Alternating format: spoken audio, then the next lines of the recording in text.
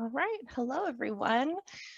Before we get started, Third Place Books would like to acknowledge that we are on the unceded ancestral land of the first people of Seattle, the Duwamish people, past and present, and honor with gratitude the Duwamish people and the land itself. So welcome everyone to our virtual event space. My name is Allie. I'm a bookseller at our Lake Forest Park location, and I'm your host for this evening. I am so excited to be introducing this whole crew of incredible Pacific Northwest YA authors. But before we get into the good stuff, on behalf of all of us here at Third Place Books, I want to quickly thank you all so much for tuning in. For those of you who may not know, we are an independent bookstore with 3 locations in the Seattle area as well. And as much as we miss having these events in our actual bookstores, it has been such a delight to expand this online program to connect readers and authors in a virtual space. So thank you all so much for tuning in and for buying books. Your support is what makes all of this possible.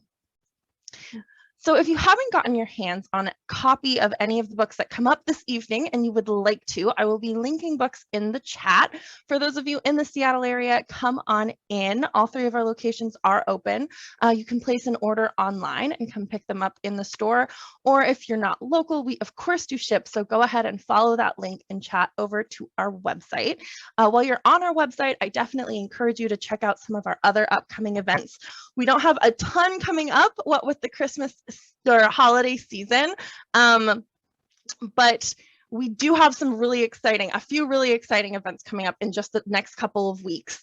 So if you'd like to stay in touch with our community, you can sign up for our newsletter. It's a weekly update about events and exciting releases, our online book clubs, and of course, follow us on any of the major social media platforms. We are at Third Place Books for the quickest updates and recommendations. So this evening, we are here for about an hour, and towards the end, we will be taking questions. So if you have any questions, which we very much hope that you do, go ahead and leave those in the Q&A box, which should be either at the top or bottom of your screen. It is different than the chat box, which is great for virtual applause and connecting with each other. I absolutely invite you to share where you're tuning in from in chat, but when it comes time for questions, do make sure those end up in the Q&A where we can most easily find them. While you're in our chat and question spaces, I want to remind you to please leave with kindness and refrain from any inappropriate behavior or harassment. For anyone interested, there are auto-generated closed captions available from the menu at the top or bottom of the screen. Please select the live transcript button to either enable or disable them. And finally, should any technical issues arise, which it could happen, it happens occasionally, we will work as quickly as we can to resolve those. And we appreciate your patience and understanding. All right, so now is the time for us all to settle in, because without further ado, I am so thrilled to welcome back 4 incredible local YA authors. First, I'm so excited to introduce Martha Brockenbrough, author of 2 books for adults and numerous books for young readers, including YA fiction and nonfiction, including Unprecedented, I Am an American, The Game of Love and Death, and so many others. Her work has been published in a variety of places, including the New York Times. She's the founder of National Grammar Day. She's written game questions for Cranium and Trivial Pursuit. She wrote an educational humor column for the online encyclopedia Encarta for 9 years. We've been lucky enough to have her here on our virtual event series a handful of times, and every time I have learned something new and interesting. Her newest book is Into the Blood-Red Woods, which weaves together fairy tales to tell the story of 2 siblings fighting to rule their divided kingdom.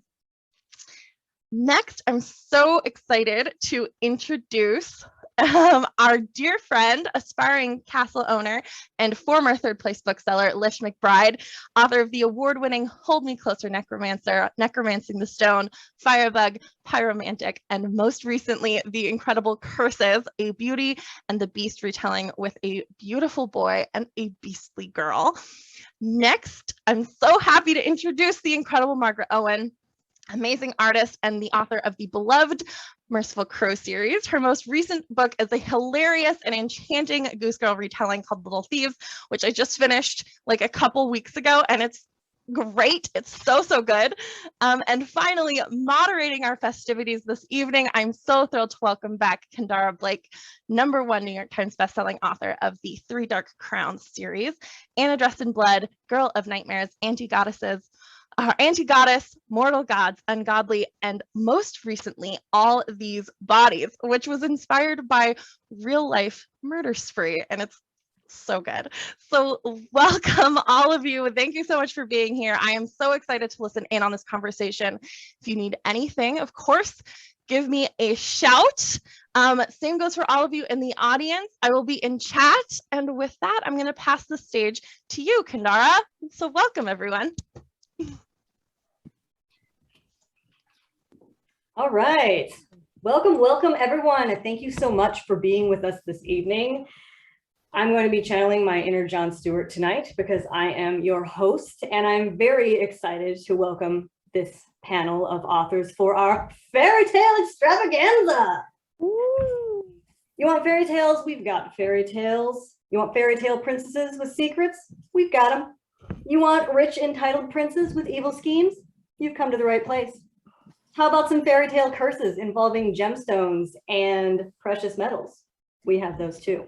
So strap in, people, because for the next 40 minutes or so, it's going to be all fairy tales all the time until we get to the last 15 minutes where, as we mentioned previously, if you have any questions, don't hesitate to pop them into the Q&A box. You know, if something comes up, just jam it in there before you forget it. And I will do my very best to make sure that all of your burning questions get answered. Don't like raise your hand or anything, because I don't even know what to do with that. So, all right. Without further ado, let's get started. First up, our guest tonight is the amazing, the inimitable Martha Brockenbrough. Yay! Yay! Her newest book, Into the Blood-Red Woods, is a veritable mashup of familiar and beloved tales, twisted and retold into a whole new thing, and has been called Unflinching Blood-Stained Magic by Kirkus Reviews. Welcome, Martha. Thanks for being here, everyone. And thank you, Third Place Books, for having us. I see you all you attendees there. Thank you so much for joining us. All right, thank you. Could you tell us a little bit more about your book, Into the Blood-Red Woods? Yes, I can. Okay, so this book took me forever and several days to write. I came up with the idea in 2009 when I was thinking about rats and thinking about stories with rats. And of course, the Pied Piper came to mind. And as I contemplated the Pied Piper, I'm like, wait a minute, because the Pied Piper is always portrayed as the villain, right? The stealer of children. And in lots of retellings, the Pied Piper is like this sexy musician who lures teen girls away. And I'm like, okay, here's the thing. The Piper came and did a job, and then the people decided, we're not going to pay you. So who's the villain now? I say it's Hamlet. So that's kind of where I got the idea of looking at these familiar narratives and saying, is the person in that story who's portrayed as the villain really the villain? Or, is that how the story has been told? And so it took me a number of years to figure out how I could fit numerous fairy tales together. But this is a book that basically says a lot of the stories that we've been told are lies. And let me tell you the truth. All right. And to set the tone for this particular retelling, I understand that you've brought us a little sampling with perhaps a beefcake attached to it. I did. Let me serve you up this delicious slab. Hold, please, while I share my screen. Oh, crud. Where'd he go? Oh, no. Dang it, I closed out. Okay, this will just take me one little minute. Beefcake on the run. One little minute. I don't know what happened to him. It worked. Okay, here we go. Putting out a bolo for the beefcake. There we go. There we got go. him. Okay, so now we're gonna get rid of this and we're gonna share the screen. And now participants can see my screen and you can see this, my friends. This is Tam Mutu. Tam is one of 2 readers of the Into the Blood-Red Woods audiobook. And so the way the book is structured, there are these interstitial bits told by a mysterious storyteller, and those are going to be familiar fairy tales to you. And so this is the beginning of the book as read by Tam Mutu, handsome Broadway star. Don't break his smolder. One fine day, an eyeless man with a mutilated face arrives in a village by a pale grey sea. The white-skinned man unrolls a blanket. He arranges himself on it. He sets a small metal monkey beside him. He winds something in its back, a black iron key topped with a glass eyeball. The monkey extends an uncanny metal hand. The man sets a coin on the monkey's palm. Its fingers snap closed. Its hand moves to its mouth. The coin drops in. It's a show, a nudge, a hint to passers-by. Clink, clink. Feed the monkey a coin and see what happens. People always do, and the eyeless man offers them a tale in return. His face might be startling, but his voice is beautiful. People stop when he speaks. They listen, gasp. They feel as if the skin of the world has been peeled away and they are seeing the truth that lies beneath for the very first time. He knows this. He uses it. Once upon a time, there was a queen who gazed into her enchanted mirror and asked if she was the most beautiful in all the land. Every day, the mirror set her heart at ease, until one day, the mirror's answer changed, filling the queen with envy and rage. This is because women cannot help but be creatures of vanity, and this vanity is dangerous. For it leads women in power to destroy that which they are bound to protect, their queendoms, their thrones, their own daughters. Okay, I think that's enough out of Tam Mutu for now, but if you do happen to be in New York, you can catch him in Moulin Rouge on Broadway. He plays the Duke. Oh my. Yes, that was quite excellent. And you know, what is dangerous is a gentleman like that reading you lines like, women are not to be trusted, because you're like, okay. Sure. Don't trust me at all, no. Say, hot sir. All right, fantastic. Thank you for that, Martha. Our next featured guest is none other than the critically acclaimed author of Hold Me Closer, Necromancer, the funny, freaky, and occasionally a cozy bat, Lish McBride. Yay! Yay! Lish's newest book, Curses, is a gender flip twist on Beauty and the Beast that has been called rollicking and romantic. Who called it that? Well, I did, but I'm not the only one. Lish, could you tell us a little bit more about Curses? Yeah, first of all, was I the only one that disappeared, or did everything disappear for a minute? Just me? Everything. Oh, everything? Okay. Mhm. Curses, back on topic, is a gender swap Beauty and the Beast retelling about a young girl, Merit, who is about to sort of inherit her mother's barony and has been cursed to become a beast and slowly losing herself to the curse. And so she has to marry either someone who loves her or someone that her mother picks for her, because that always goes well when parents pick out spouses for their children.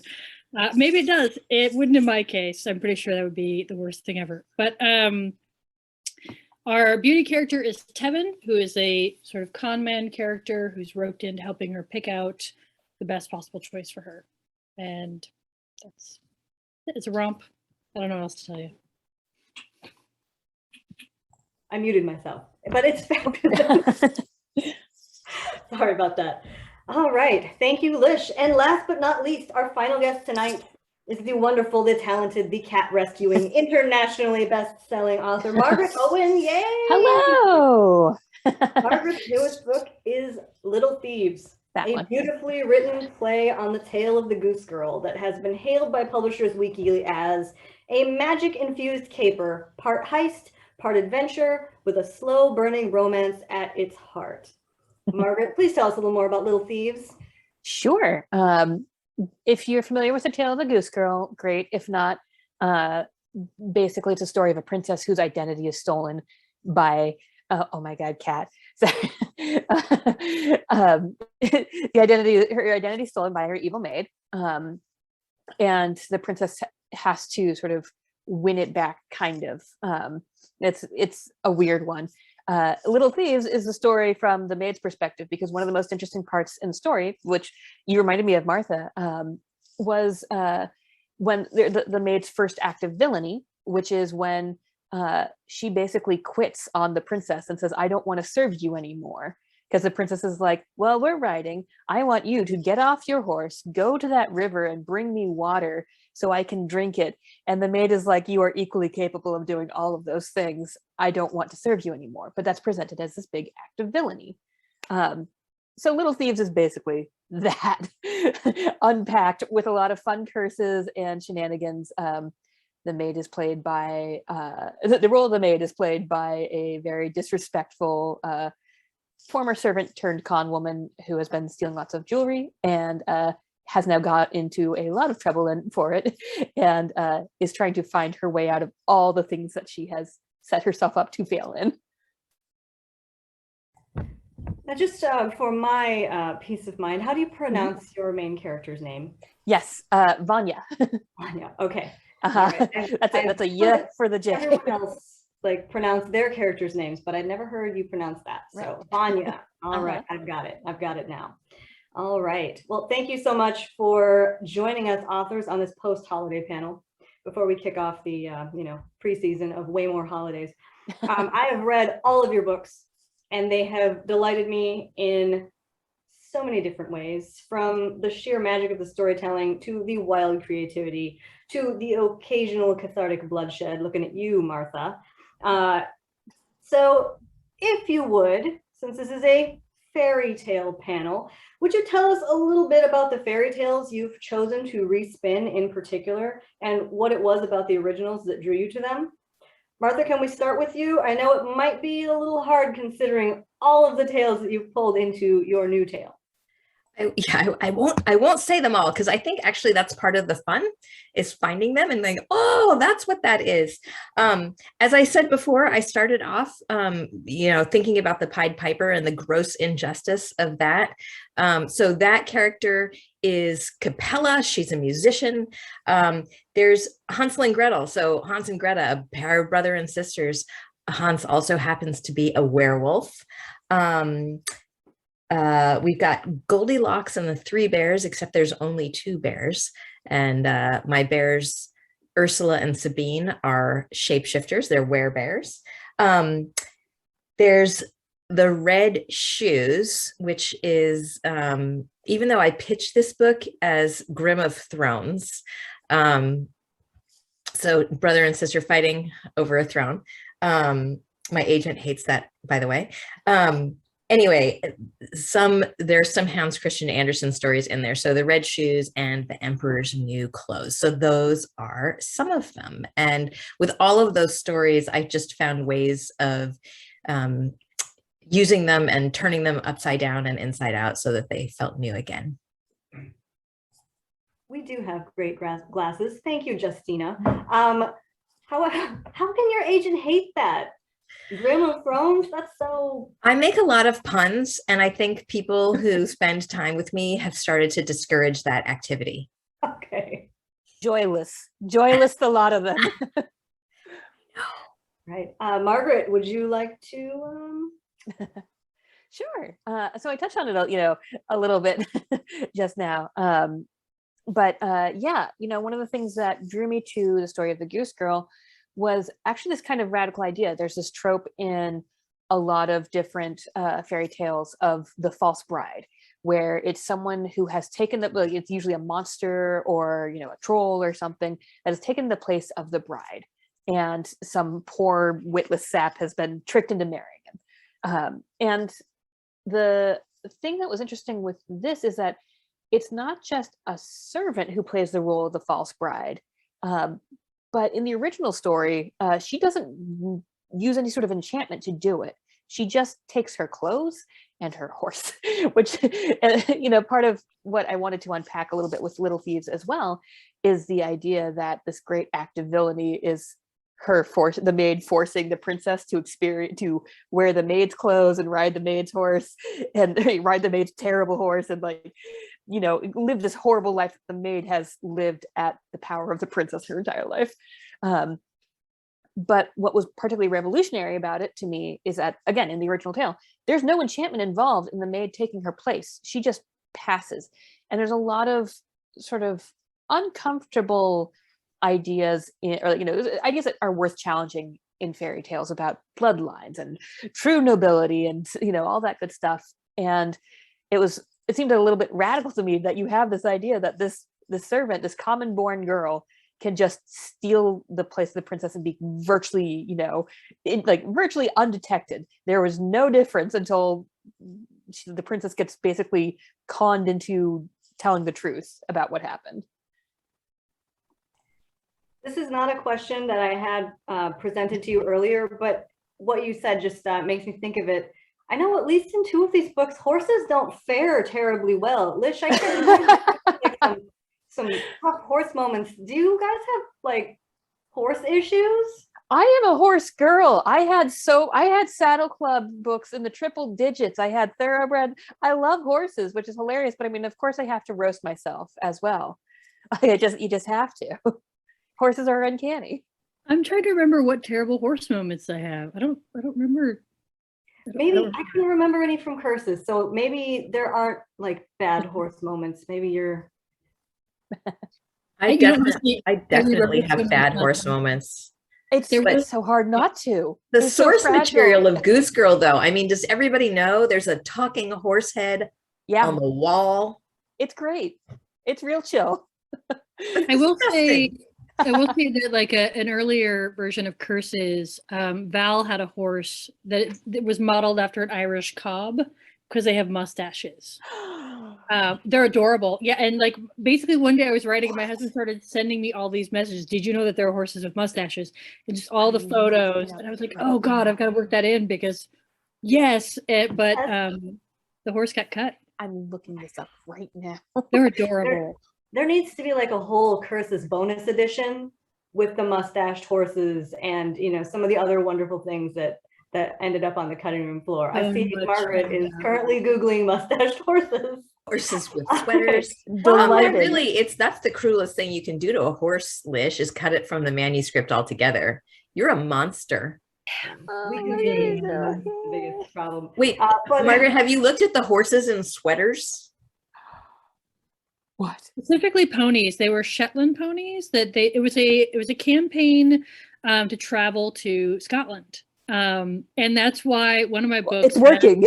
I can confirm that it's working. I have an entire thread in one of my books about they ended up being Kelpies wearing sweaters because of this campaign. Are they Kelpies wearing kelp sweaters? They're in like the chunky, like, you know, they've been knitted. Can you say that in a Scottish accent? No, because I like Scotland and they don't need that from me. Yeah, I was like, I could give it a sign, but I don't want that smoke from Scotland. I just don't. I have Scottish friends and I just be getting hate mail after this. What are you doing? Hate mail. I want to see Edinburgh someday. I don't want that to be banned from the country. All right. Well, Lish, while Margaret is Googling horses and sweaters, would you care to tell us a little bit about what drew you to Beauty and the Beast? You know, it's one of those fairy tales that I've always loved, even though it's deeply problematic. I mean, most fairy tales are deeply problematic when you go back far enough. Womp womp. Yeah, but Beauty and the Beast was such a weird one because, I mean, the original story, there's really not much to it, basically. I mean, the girl gets traded for a flower. And she hangs out in this really posh house and like everything is brought to her. And like the beast just keeps showing up and be like, hey, so we should get married. And she's like, meh. And then eventually she's like, you know what, this is pretty great. And marries him. Like there's really like not much going on in it. And yet it's still very disturbing. And weirdly one of my favorites. And I'm not entirely sure why. Maybe the Disney movie because of the library, which I think drew us all. But I I've read a lot of fairy tales. I've studied a lot of fairy tales because I'm really into it. And it was just one of those ones I kind of kept coming back to. And then when I had the idea to flip it, I couldn't really find many versions of that. And I kind of wondered, like, what would that do? You know, what does it mean when the male character is the beautiful one? And what does that say about beauty and our version of it? And then, you know, what does it mean when the girl's a beast and likes it? I mean, she's at the beginning, she's happy with her choices pretty much. And I don't blame her. And so, yeah, it was something that kind of made me want to think about it some more and kind of kept going back to it. Yeah, flipping the genders, it added a whole new wrinkle. It added a whole new layer into, you know, what women could be and, you know, the expectations placed on them. All right, well, that kind of leads us into the next question, which is every culture in the world seems to have their own fairy tales. Sometimes different cultures have their own versions of the same fairy tale. And they're perennial favorites, you know, they've been around forever, essentially, but we keep returning to them culturally. What is it about fairy tales that you guys think just draws us back? I mean, it's ways of looking at the world and ways of understanding power. I was at a lecture by E.B. Zaboy, she's the author of American Street, of Pride, My Life as an Ice Cream Sandwich. And she was talking about fairy tales on the one hand and mythology on the other. So mythology is about cosmic things like the gods and the origins of humanity and all that stuff. Fairy tales are about how human beings treat each other. And so it's a really interesting way at looking at power structures. And, you know, today, as you know, as modern women, we have kind of ideas about what's up with all these women, you know, having marriage be the goal and the salvation. And so it's just a way for us to question some of the ideas that we've received and then taken as truth. I think too, the original fairy tales, they were meant to sort of be stories for everybody. I mean, they were told around the fire. So there's stuff in there for the kids, there's stuff in there for the adults. And there's sort of a universality about them. I mean, we all know not to go into the woods for lots of good reasons. We all know that, you know, we should be polite to strangers because you don't know what's going on with them. And all these things that, like, you know, we've all kind of dealt with. And it, you know, it doesn't matter where you're from or what year it is. Those are things that are still relevant, you know. The woods might look different now, but you still don't want to go in them at night. Or do you? Or do you? I mean, I do.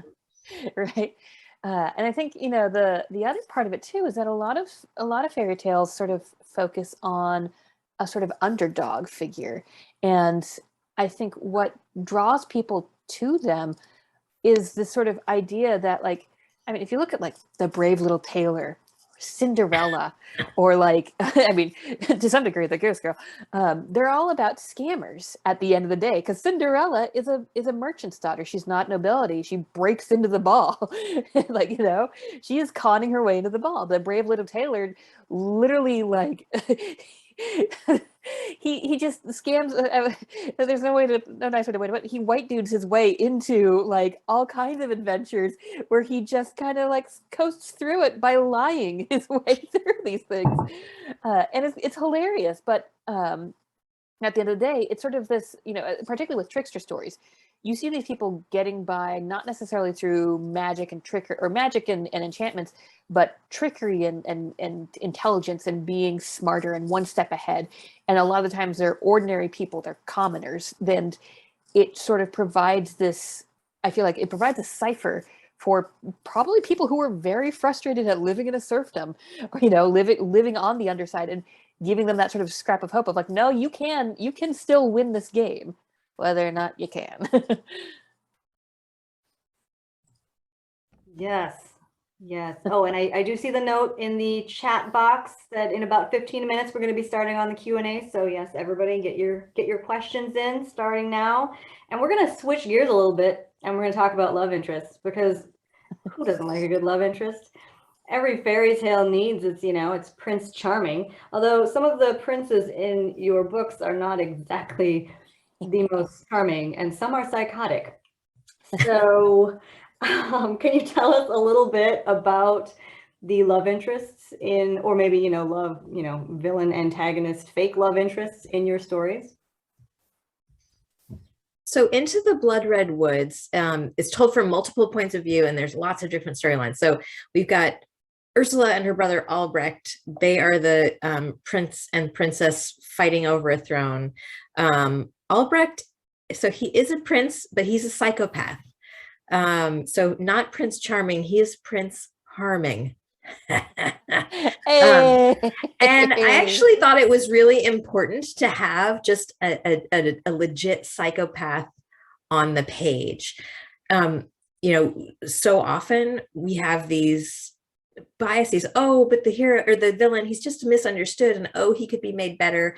And for me, part of what stories are supposed to do is to get us to see that's who that person is. He will not change. And how do we respond to that? Because, when we think, oh, Hitler painted ponies and other animal pictures wasn't all bad. It's like, no, he was all bad. And so I definitely wanted to have the very handsome prince be a psychopath. There are two love interests, though. There's Sabine, who is a werebear. And she's one of my favorite characters I've ever written. I love her. And then there's Hans, who is the werewolf, and he is the love interest to Capella. And this will make my husband very embarrassed, but I always model my love interests after him. So if you want to know, like, the kind of hairy guy I live with, that's him. Oh, that's He just whispered, that's what she said. Oh, hilarious. All right, Margaret? Sure. So yeah, there's just the one love interest in Little Thieves, but it's not the prince. The prince sort of figure is actually in Albrecht, so it's close, in the same genus, but he's also a psychopath. Like, he's just like, he's supposed to be like this, just, I mean, he's awful, and there's not a lot of ambiguity to them. Like, and I've seen some feedback about, oh, well, he seems kind of, one note there, and I'm like, yes, that's the idea, is that sometimes people just are that bad, and people make all kinds of excuses for them and enable them. But yeah, so he's not the love interest, thank goodness. The love interest actually is the junior detective who is trying to catch the jewel thief, who is the maid. And that was an interesting dynamic that I wanted to explore, but also not like, I wanted to be very careful about how I explored it, because it is an enemies to lovers slow burn kind of thing, because they don't like each other at all. He tries to arrest her, she tries to kill him, like, just all out, full scale. There's not a lot of love lost at the beginning, and I wanted their dynamic to be informed by sort of this evening of the power structure between them, because even though you have this hypothetical, she operates outside the law and he's trying to catch her, you still have the reality that at any point in time he can arrest her. That's not something that she can do to him. That's not, that's a power that he alone has. And sort of interrogate some of that power dynamic and see how you can have an equitable relationship with that. And the answer is by establishing and building a lot of trust. And even then, but yeah, it was a slow burn it was a relationship I really wanted to build on this foundation of coming to understand and trust one another and find what you have in common, while also sort of balancing that against different strengths that one has as opposed to the other. It was definitely nice to see him developed as a love interest, because he enters the book as like the nerdy little brainy boy who's very 1000% and doesn't get any sunlight, so rise up to the ranks of hero. That was refreshing. We need more brainy boys. I do too, and I wanted that to be, that was very deliberate, was this idea that his introduction as the sort of the total weenie figure, and then like when he actually starts revealing more of himself, you're like, oh no, oh no, I don't know how I feel about that. And then it grows on you. Hopefully. No, definitely. Lish, how about the love interest in Curses? You've kind of got like two and one sort of royalty and one sort of a con man. I mean, the whole setup basically is there's sort of a marriage marked situation where Merritt is being introduced to a bunch of different eligible bachelors, essentially, all of which are varying levels of awful. Some are sort of innocuously, like, obnoxious, but well-meaning, and some, are actively terrible. And so the two main guys in the book is Eric Holder of Latimer, who is basically a troll prince character. He's gorgeous, but there's not much going on. He's more like a puppet. But it's fun he was incredibly fun to write because he's very vain, and for some reason I find that really entertaining. The very pretty man with a tail, because he also has a tail, which his last name is sort of a clue. It's that he's actually, there's a race of trolls in mythology. I'm trying to remember what culture they come from, and I'm blanking, but they're beautiful, and then they have like a cow's tail. In this case, I think I gave him a lion's tail or something. I can't actually remember. So you have him on one hand, who on paper, he looks perfect. I mean, he's royalty, wealthy, beautiful. He's very nice to the family, but, that's sort of hiding a lot of deeper things. And then you have Tevin, who on paper looks just awful. Also gorgeous, but Merritt first meets him when he's in jail because his mom broke the law and he's in there trying to take her place. Very charming, whether he wants to be or not.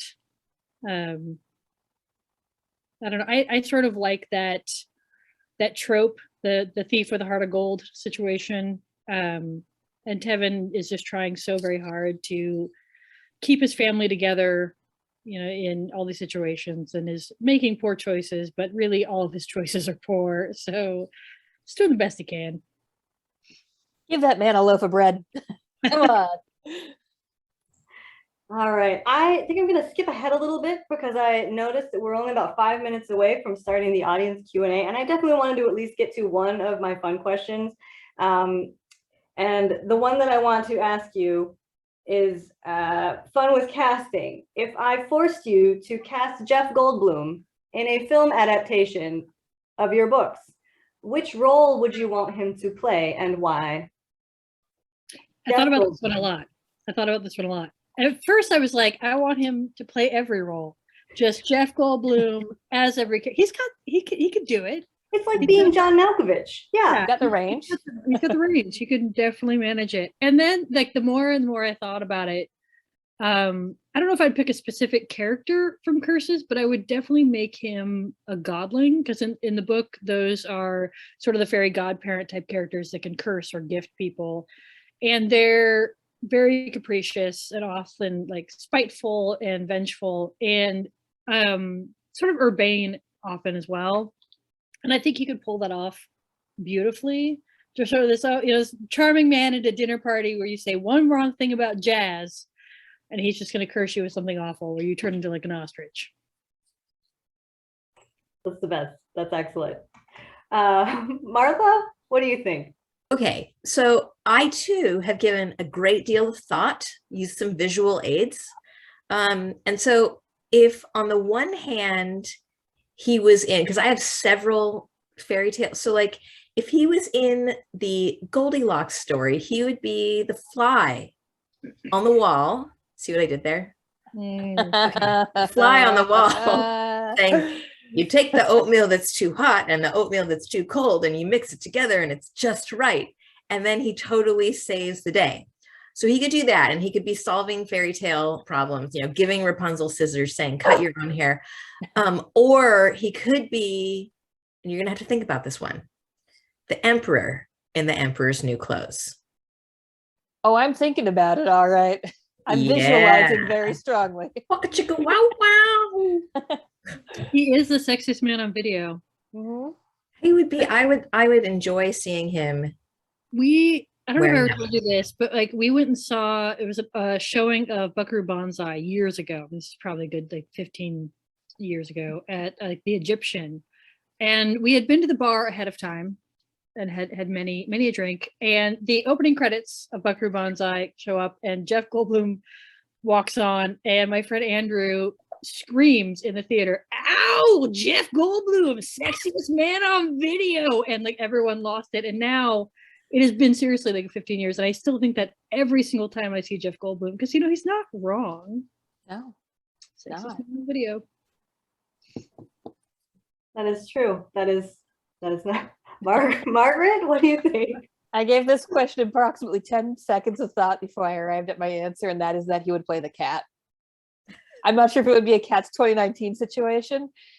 So that would be the cat from The Merciful Crow, but I mean, hypothetically, there's also occurrences of cats in Little Thieves, and I'm not sure if it would be a Cats 2019 situation or if it would just be Jeff Goldblum with a pair of cat ears. Either way, I feel like that is a role that he would absolutely crush. I thought you meant, for when you said cat, I thought you meant you wanted him to play Ragni, you know? I mean, and well, that would be delightful also. Right. Interesting Right. choice. Interesting casting. I Yeah. could see it, but like it would have to be a very young Jeff Goldblum. But He's yeah, no, ageless. He's ageless. exactly. All right. Well, it is about that time. I'm going to open this Q&A box and see what we have in there. Are you ladies ready? Ooh, almost done with my tea. Okay, perfect timing. All right. Dennis Ross would like to know, Martha, you took some big chances, walked some tightropes in this book. Was it ever scary? Was it ever scary? Oh, Dennis. Hello, Dennis. You know, I am imagining the chances that you're talking about, and I don't want to do any spoilers, but there is some significant violence in this book. And that's not, you know, I think previously the biggest violence was, you know, like one punch thrown, because I'm basically an anti-violence person.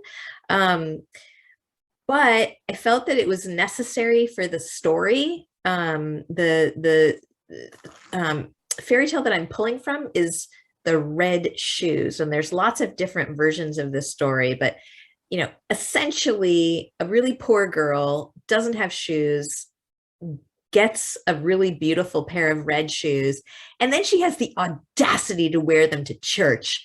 And because of that, essentially she dies. And so it's a story about the way that girls are vain and they can't resist their vanity, and they are rightly punished with death.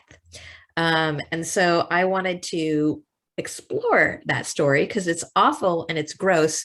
And I will just insert right now that Pope Benedict, the former Pope, the one who resigned while he was alive, the one who used to be a Nazi, wore red Prada shoes. And so like suddenly it's totally fine for the Pope to do it, but for this little girl in a story who's poor and has no other shoes, and these are the most beautiful ones she's ever worn, she's cursed to dance to death. Anyway, so I wanted to examine the way that the behavior and choices of girls are controlled. And anyway, so yeah, that was scary to do. But I think that it makes for a really super gripping scene. In terms of being scared about the overall book, boy, this took a long time to write, and I never thought I never knew how and when I was going to be able to end it. And so whether I would be up to the task was an open question until it was no longer. And so, yeah, but I think it's good to write scared, write hard, write true, and, you know, set some enormous ambitions and sure, go ahead, attempt to rewrite the fairy tale canon in a way that lights a Molotov cocktail and throws it at the crotch of the patriarchy. Yeah. So many good quotes in there. Crotch of the patriarchy, you know, write scared, which is such great advice. I think that's all of us at our computers just screaming about 8 hours a day. All right, Bridget would like to know, could each of you talk about the time period that your story is set in, especially as it departs from the medieval white European context that they might have been written in? Yeah, I mean, Curses is, I mean, it's a made up world, but it was somewhat inspired by sort of late 1800s, early 1900s US, which was really interesting to me because, you know, you have sort of the Gilded Age happening on the East Coast, whereas like the West Coast is still like the kind of the hot mess of like almost the Wild West. And so, you know, you have those two very different things. And that way I could have trains. I wanted trains, magic trains. Matt kept saying, do we need trains? And I said, yes, we do.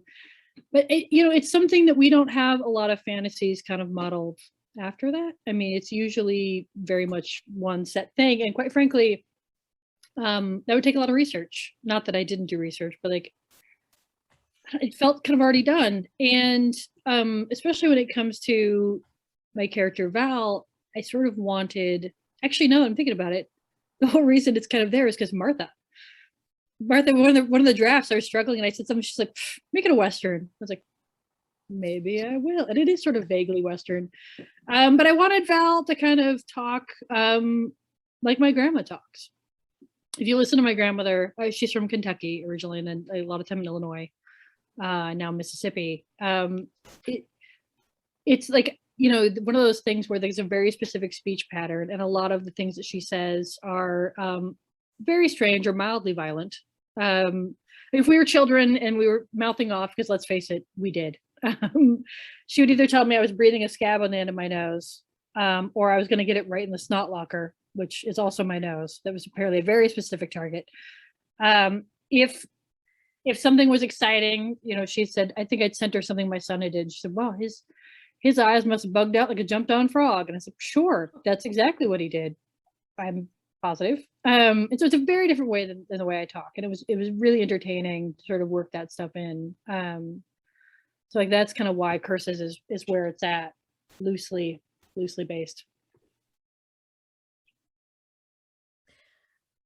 Okay, I think we have a perception that medieval Europe was white, and it was not nearly so white as we've been told.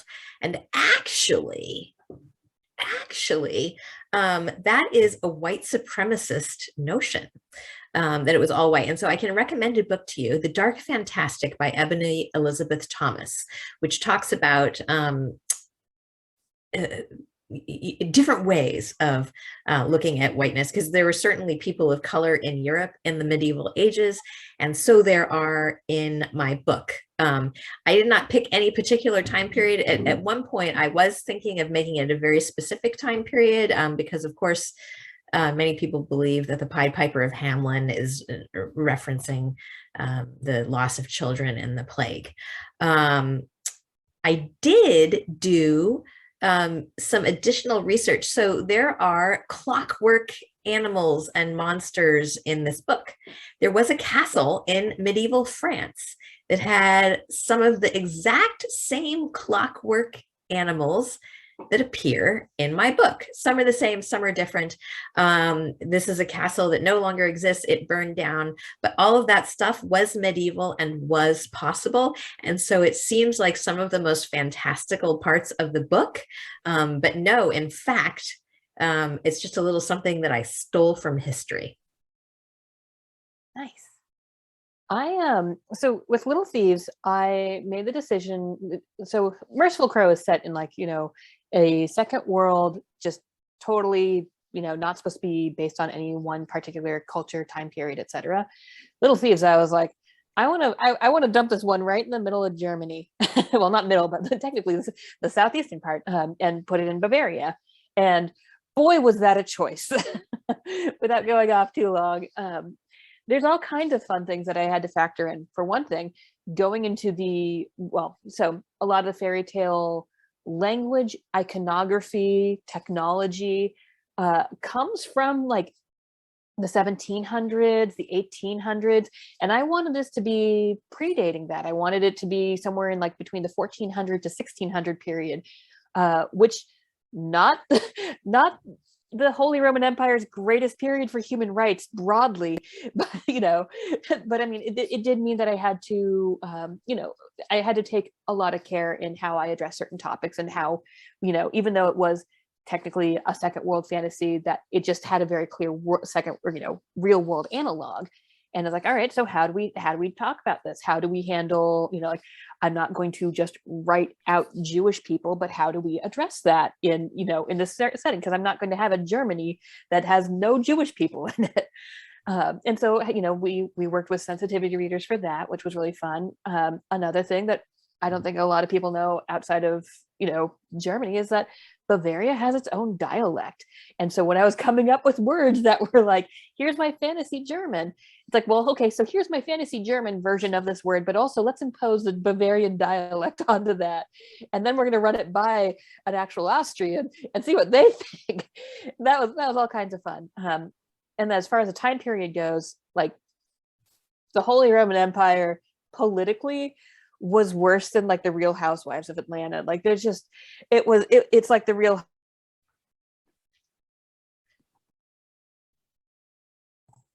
Oh no, we froze momentarily. That's a cliffhanger. Yeah, that was a real cliffhanger. Well, hopefully we'll come back to Margaret in a minute. Let's move on to Amanda's question, which is, when did you first fall in love with fairy tales, and which was the first fairy tale you fell in love with? I've loved them since I was a little kid.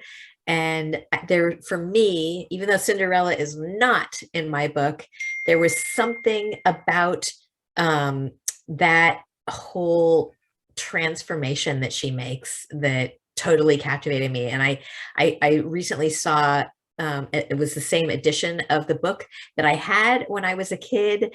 And it hit me in the same way. And, I can't help it. I like that. I also liked Thumbelina. Isn't that a weird one? Like a little teeny tiny person in a flower. Weird ones. It's Weird. Tiny people. So strange. But good. I always remember reading fairy tales. I mean, my mom read them to us when we were little, and I would read them in my room. And I also had a very specific one that I repurchased a few years ago so I could have it. But I have a whole like couple of shelves behind me that are just fairy tales. I don't know if I had anything specific. It's like all of them. Did your mom get you that Childcraft book of fairy tales? I don't know which one that is. It was, like encyclopedias. You would get the set of encyclopedias, and then there was a corresponding set of fiction. I didn't get that. Shameless. I'll tell my mom that you're mad at her, and you can fight. No, you should tell my mom, who's here tonight, that you're grateful that she got us that set. I am grateful. It's brought you here. That's right. I don't think I had, I think a friend of mine had like the big Disney book of fairy tales, which I was always jealous of, but I never had a fairy tale collection of my own. Sad. I had Aesop's Fables. Maybe that explains. I had a ton of fairy tales. Oh, yay, you're back. All right. I am. Sorry, my laptop just died in the middle of that. I have no idea why. Oh, So I'm dialing in instead. Betrayal. Thank goodness. Don't you think Aesop's fairy tales are like, you're like the mansplainer, or Aesop's fables are the mansplainer 1000%. stories? They're so rude. They're like, and that's why the fox died. Right. Well, I think that's one of the reasons I like fairy tales more, is because like Aesop's, there's a definitely like cause and effect. Like you did a bad thing and a bad thing happens. Fairy tales are like, we don't care. We don't care if you did a bad thing or a good thing. If you're just standing there, terrible things are happening to you anyway. And so like there was no, it was so arbitrary in some of the cases. I mean, like why, like, so I think I reread them like going, what am I supposed to take away from this? Because sometimes I'm like, they didn't do anything terrible. They were just hanging out. All of a sudden they're cursed, or they're lost in the woods, or they're eaten by That's what wolves. real life is like, Lish, in case you hadn't noticed. It's Gosh. Martha, if people know that like don't know that we know each other, we seems like we're sort of attacking each other, and we're not. We attack with love. I'm telling you to fight my mom. I mean, just sound vindictive. All right, it looks like we are almost out of time, and the last question is actually from Dennis again, and he asks, Lish, are you as funny in real life as you are in your books? And I think we can all answer that for you. Absolutely not. Yeah. Correct. Absolutely not. She definitely is. This panel could have disabused you of that notion. She's super Right. funny. She's popular to hang out with for that reason. That's all I've got. That's all I've got going for me. Just gonna hang out, crack jokes. I dispute that. It's true. She's got it all. Mm-hmm. True. That's Alright. true. And she's great to work with too. Mm-hmm. So Dennis, we have just a couple more minutes. And Dennis in chat says cliffhanger ? I believe he's talking to you, Margaret. Oh. Do you remember where Yeah. you were when your computer died?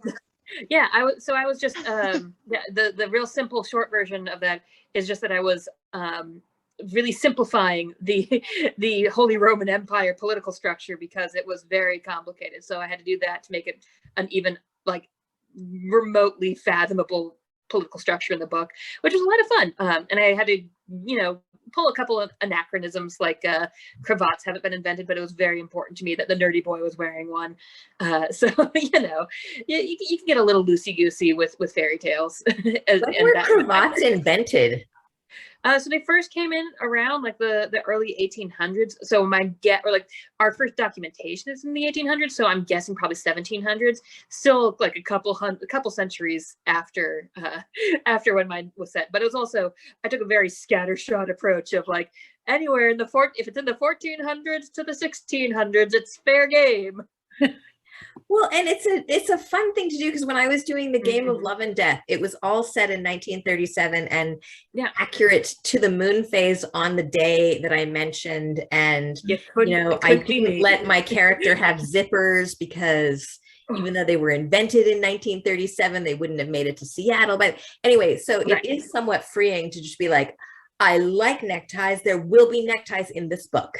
Exactly. You can because it's fiction and it's all right. Fantasy, Right, and especially again, like I'm putting trains in, and my editor's like, "You're gonna have to make that work." I'm like, "I'll do it, man, because I want trains." They're magic trains. End this conversation. Done. Yeah, all kinds, and fashion wise too, because I had to figure out the clothes that would be like, just do what I want. I'll research, but I want that leeway to like get everything wrong. Right. Exactly. The right to be wrong. I'm The gonna Lish get McBride angry story. about it no matter what I do. So, Right. Well, and Anne Ursu, an author who's also here, just said, tell that to Goodreads. And so Goodreads, for those of you who don't know, is a website where people go, they keep track of what they're reading and they rate things with stars. And some people will review your book using sassy animated GIFs. And it is not a place for authors to go ever under any circumstances. There be dragons. It's the bad place. Yeah. That's where your self-esteem goes to die. It's where it goes to be murdered. Let's exactly. be accurate here. It's a really, but this is the thing. And I think it gets to the fear that Dennis was asking about is yes, sometimes we will write books. The books are not for everyone. But the point is for everyone to read books. Yes. And this is why, to wrap it all up, we're grateful for Third Place Books. It's 3 locations in Seattle. Each of them has lots of delicious food right there that you can eat, which is my other favorite thing, books and food. So anyway, thank you, Third Place. Thanks everyone for coming. Thanks, Mom. And all my other friends who I see in the chat, thank you so much. All righty. Yes, this is wonderful. Martha, you just made my job so easy. Everything she said is exactly what I need you all to know. Come buy books. We love to see you. Tell us what you thought about this event. I personally loved it. This has been absolutely wonderful. I hated having to interrupt. I'm going to relink all of the books that came up tonight in the chat so that you aren't scrolling through chat searching for it, because you guys have been very chatty, which I absolutely love. So all of the books are there linked in chat right now. And with that, I'm just going to say one more huge thank you to our authors. This has been an absolute joy. I especially loved that Jeff Goldblum question. Magic. I love it. So with that, I think we say good night and we start the awkward waving. Shall we start the awkward waving? Good night, everyone. Everyone, thank you. Adieu. Adieu.